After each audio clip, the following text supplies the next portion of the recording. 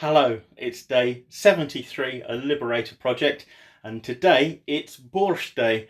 So I'm going to show you how to make a big pot of stew. It will last you a few days and it's really tasty. Now, this is my recipe, so it varies from other people's and people get very fired up about it.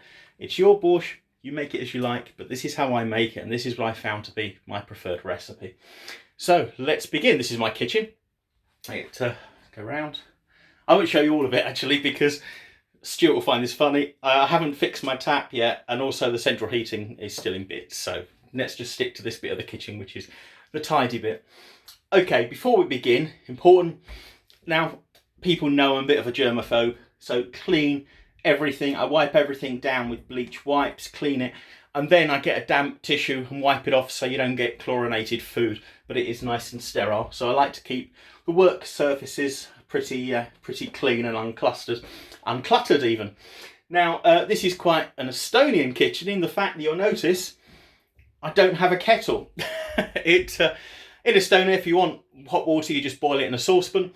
And also, I keep the work surfaces very clean and uncluttered. It's quite minimalist in here, which is I like because I don't like the dust and things building up. So that suits my taste. So be clean first of all. Now, I've tried to do everything because I don't know what I've done with my selfie stick. So I'm trying to do everything one-handed, and we'll see how we go. But with my many skill sets, one I lack is being a cameraman. So just bear with me and we'll do what we can. But if people like cooking, I'll try and do more and make it a bit more. I'll get a proper tripod and make it a bit more professional. Right. Okay. So first thing, everything's clean. Second thing you need when you're cooking is some wine. Now, this is, I would say, cheaper the better. This wine, as you notice, it doesn't even tell you the grapes that were used to make it. And so I used to get wine that was 3 for £10. This is a little bit more at market. This is £4.20. But trust me, this is still as horrible as the £3 a bottle wine. And I would say to anyone, especially if you're on a budget, desensitize your taste buds. Instead of buying nice wine and learning to tell the difference in grapes and difference in countries, just get some cheap wine. Then when you do go out to a restaurant and have a decent bottle of wine, my God, it's fantastic. You really appreciate it even more. So that's my top tip. Now, when it comes to wine, my friend Dave Johnson had a really good tip. And his tip was that in the price bracket you want, you pick the wine with the plainest label and the highest alcohol content. And that's always served him very well. He has actually picked some remarkably good wines. I'm on a budget and I can't drink cheap red wine because it gives me migraines. And it hangovers, it's awful. But I can drink cheap white wine. So this is my choice. When you're buying a cheap white wine, what you need to look for is to make sure that it's at least 11.5% alcohol, because then, how wrong can it be? So this is 12% and it's £4.25 a bottle. And it's what you expect, really. So I have,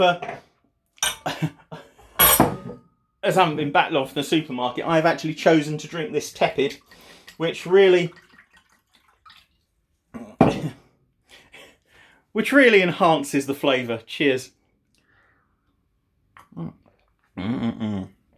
Oh, what a bouquet.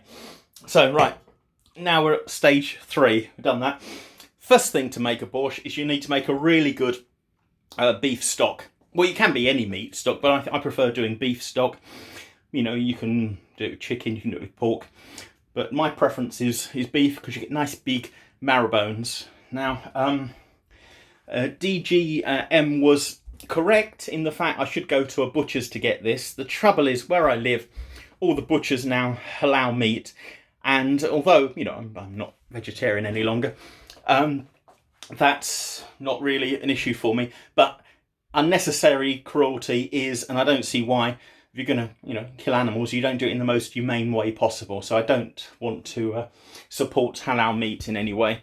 So I'm afraid I was stuck going to Morrison's. Now, luckily, today they had some meat in, so I'll show you. We've got, this is British beef meaty bones, and it's only £4 a kilogram. I'll show you what they look like here. And they're great big. These are ribs, I think, but sometimes you get other bones. And you can see there's a lot of meat still on them, but you know, that's a bonus. The big thing you want is the big bones to get the marrow bone out. And when you render them down, it makes two parts. It makes the beef dripping and it makes the beef stock. And you need the beef dripping to fry the onions and carrots, because that's really tasty and it's really good. I keep, you know, whenever I make something like this, I keep the beef stock, beef dripping, and use that in loads of dishes. It's really tasty and really good to cook with.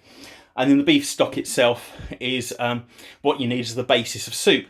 You put that in, it gives it a nice texture to start with. And there's a few extra tricks I know, which I'll share with you in the next video, how to make your borscht have a really nice texture.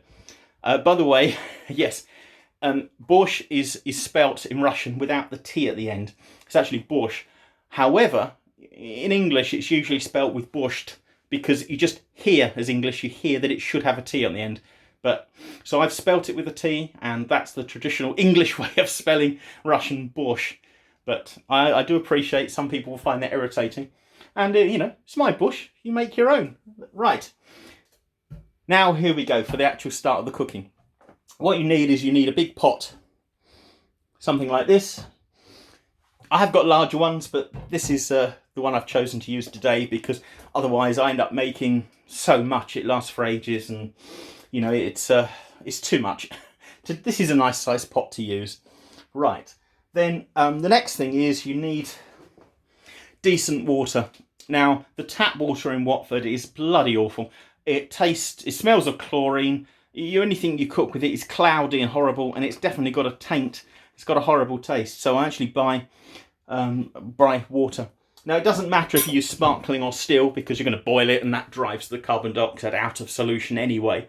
So you're quite free on that. I tend to buy, if I can, the larger containers, because it's better for the environment to have one big bottle than 2 or 3 smaller ones. But also a friend, Nick, who you'll meet later in the project because he's in Greece, is his advice is to only use the big bottles, because you get less exposure to the plastics that dissolve in the solution. So it's some sort of a reduction in estrogen solution, or estrogen mimicking compounds in the water. But okay, it's an easy step. I'll take his advice and I use good water. So you fill your pan up with water. It's very easy so far. You need one with a lid, and certainly a glass lid is really useful because you can see what's going on in it. And I don't know if I can do this one-handed without splashing myself. What you do is you put, I have washed my hands, as I said, so put the meat into your pot. Make sure it's covered with water, and then a good sprinkle of salt over the top of it, like that. Put the lid on, and now you just bring that to the boil. Once it's in the boil, you let it simmer. Now, the trick to making good stock, which I found out through trial and error, and eventually people told me the secret, that you have to boil this, you have to let it simmer for a lot of, a long time. We're talking about, say, 4 hours. You know, some people recommend 8 hours, but I think that's getting too keen. Certainly more than 2 hours, but you need to simmer that for 4 hours. And, right, so you don't want to leave it, you know, in case it boils dry or it burns or you set your flat on fire. You want to make sure you're around in the house for that period of time. Right, this is stage 2 again. Oh, yes. It gets better after the first bottle.